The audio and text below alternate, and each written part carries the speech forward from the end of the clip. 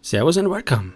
I'm René, a senior consultant at Tenfold, and in this video we will cover Tenfold jobs and their purposes. Right after the installation, you should navigate to Settings, Jobs, Manage, and activate at least the Active Directory plugin ObjectSync and the Active Directory plugin PersonSync. Later down the line, if you added some more systems like Exchange, or file servers, or M365, you might want to activate them as well. Those jobs run on a schedule, and the schedule is managed via a cron trigger. If you're not familiar with cron, you can hover over this icon and see the next execution date, or if you click on it, it will open a tutorial for cron.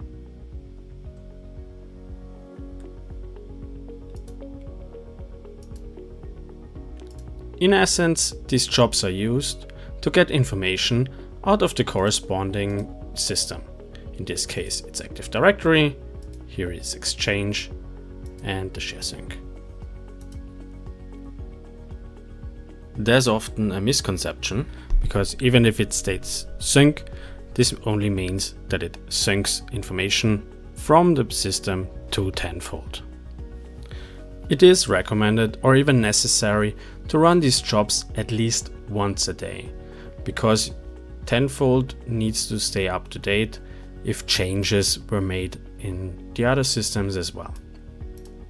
If you later on install additional plugins, they might have a separate job to them as well, which you need to activate, because they do not activate by themselves.